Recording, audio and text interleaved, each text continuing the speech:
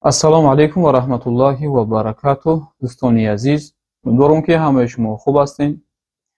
Видеои имрӯзаи моро шумо аз номаш фаҳмидем ки дар мавзӯи мардуми ҷабрдида, мардуми исфара, аниқтараш мардуми ворух мешавад. Навори имрӯзаи мо ҳамдардии худма ба ҳамаи онҳое ки наздикҳои худро аз даст доданд, фарзандои худро аз даст доданд ва ҳамчунин калонсолои хонашон аз даст доданд, ҳамдардии худро баён мекунам ва аз даргоҳи худованд ба ҳамаи шумо сабри ҷамил хоҳон ҳастем. худованд ояндаи давлату миллати моро шукуфон бигардонад. мо ҳамеша дар фикру дар орзу дар фикри пешравии миллату давлатмон ҳастем ва ҳамеша дуогӯ ҳастем ки мардуми мо ҳамеша сарбаланд бошанд, чӣ дар иҷа, чӣ дар дигар давлатҳо, дар ҳамаи ҷо дар умум мардуми мусалмон, мардуми халқи тоҷик ҳамеша обрӯ доштагӣ бошад ва имон бошад, ором бошад, дастархонашон пур аз нозу неъмат бошад ва ҳаргиз худованди мутаол дуюмбора ин гуна рӯзи сиёҳ ба сари мардуми мо наорад. Амин. дӯстони азиз, рақамҳое ки дар поён мебинед рақамҳои картаи реквизитҳои пешрафт аст. пешрафт ширкате ҳаст ки ҳамеша дар тоҷикистон кӯмакҳои худро ба мардум мерасонад. бародарои мо ба мисли Диловар Сафаров, ба мисли Абу Муҳаммад аз канали Таҷ Муслим ҳамино монданд. ман ҳам дига гирифтам ҳамин рақамҳоа мондам, чунки ман компанияи ҳамин пешрафта нағз мешиносам. бачаҳои хубанд, кӯмак мекунанд ва бародар Салиҳин ТВ ки ҳаматон хуб мешиносен ва бисёриё нағзшам мебинен, баъзан маблағҳоеро ҷамъ карда дасти кӯмака ба мардуми ниёзманд мерасона. ҳамин рақамҳо ҳастанд. ба дили пур ҳар касе мехоҳад ки ин мардуми ҷабрдидара кӯмак куна. рӯзи нанг аст, марамат дасти кӯмакехтона ба ин мардум бирасонем.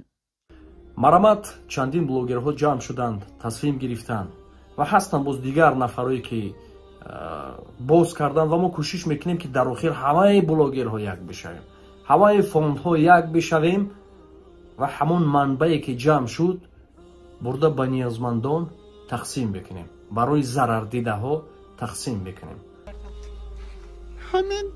همه اوله بوزمن این خیلی اوله یکتنه باور میکنه این خیلی اوله دستم شمر کت زویت باور کنید ما بسیار قین مردم ما بسیار قین یک تا پادوال مونده 30 40 خورفته خسته چوب سکور پامشه میزنه درنی وای من خودم گرفتم پوگز سوختگی من همون چیز ده خوکستر من حسابی کفان کرده گیتا آورده گور کردم معلومه و این ما با یکی به این سخت همین مصیبت سخت من به تقوی دختر میشدم جانوی من مرده بابا.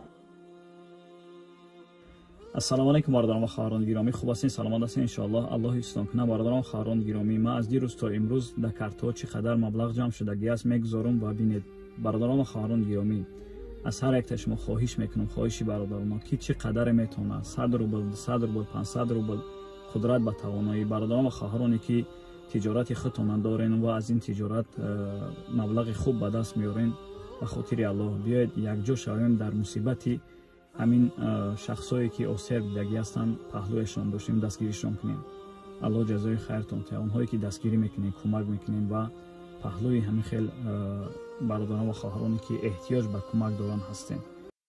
дар масъалаи воқеаҳои рӯзҳои охир ҳамчун як шаҳрванди тоҷикистон агар фикрҳои худро баён созам, ҳамаи шумо нафарҳое ки маро тамошо мекунед медонед ки аз соли 2016 ин ҷониб блогерӣ мекунам ва бисёри наворҳои ман наворҳои хабарӣ аст.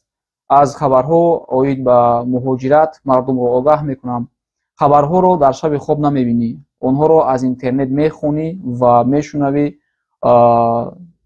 гирифта навор карда мардумро огоҳ мекунӣ. аз ҳамин хотир ман ҳамеша хабарҳоро мехонам, ҳамеша сайтҳоро публикатсияҳои навашро мутолиа мекунам. ва соли 2016, 17, 18, 19 бисёр вақт медидем ки аз ҷониби кишвари ҳамсояамон бисёр мардуми моро нороҳат мекарданд. мардуми моро сарҳадбоноро ҳатто шаҳрвандои оддияш омада зӯрӣ мекарданд. вале мо хело сабр кардем. агар як 10 сол 15 соли пештарро агар мо назар кунем, هیچ وقت ما با این همسایه‌هامون جنگ نمی‌کردیم. این جنگی که سال گذشته شد و این سال شد. ولی اگر نقص فکر کنیم از کجا این سر زد، پس از اونی که منامین حکومتداران حاضر قرقیز سر حکومت اومدند و نمیدونم که چی کسل دارن، چی میخواهند.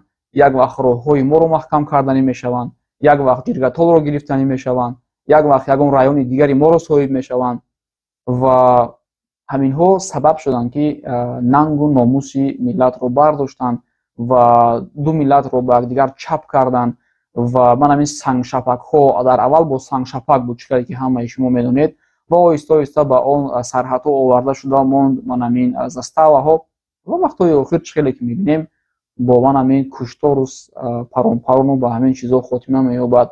دعا میکنیم که خداوند به این نفرها کمی ایمان دهد، رحم دهد و عقل سالم دهد که از اندیشه و از فکرهای خام اینها مردم عادی کمتر ضرر ببینند. باقی خداوند همه شما رو نگهبان باشد. ما همیشه در بر شما هستیم، مردم واروف، مردم اسفره.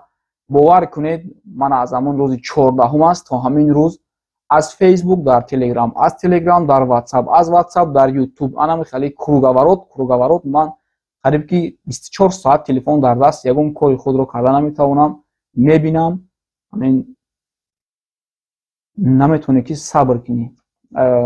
در بسیار جاها احساسی میشویم و خود رو باز میداریم و یگانه چیزی بزرگترینه که از طرف ما مردم عادی هست این دعا هست.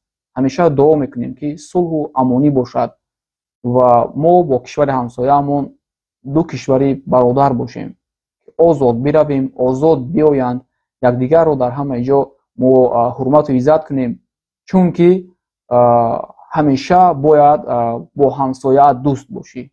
اگر همسایه نزدیکترینت به تو دشمن باشد این عاقبت خوب ندارد. خیلی که دیدیم. خداوند همتون نگهبان باشد. نغز مانید.